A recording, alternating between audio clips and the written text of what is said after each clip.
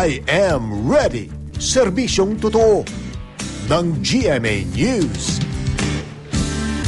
Patuloy na binabantayan ng isang low-pressure area sa labas ng Philippine Area of Responsibility sa taya ng Pag-asa na mataan ito sa layong 1,120 kilometers sa silangan ng Southern Luzon. Dahil nasa dagat pa ito, posible pa itong mag-ipon ng lakas. Kaya may mataas daw na tsansang maging bagyo ang low-pressure area na yan sa susunod na 24 oras. Kung sakasakali, tatawagin itong Bagyong Lawin. Makikita naman sa wind map ang paglakas ng sirkulasyon nito sa susunod na 3 araw. Lalakas ang hatak nito sa hanging habagat na inaasahang magpapaulan sa malaking bahagi ng bansa sa susunod na linggo. Nagdadala rin ng pag-ulan sa malaking bahagi ng bansa ang umiiral na monsoon trough. Nakapaloob dito ang mga thunderstorm na dahilan ng mga biglaang pag-ulan na naranasan natin lalo na sa hapon.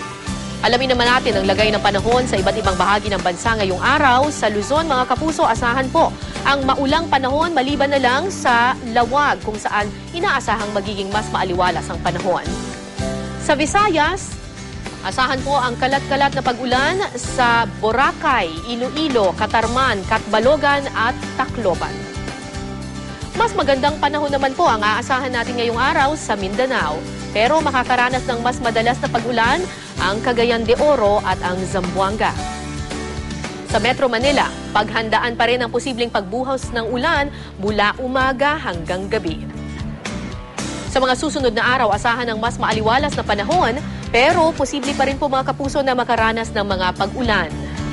Para sa karagdagang weather update, pumunta lang sa GMA News Weather page o GMA Weather Facebook page.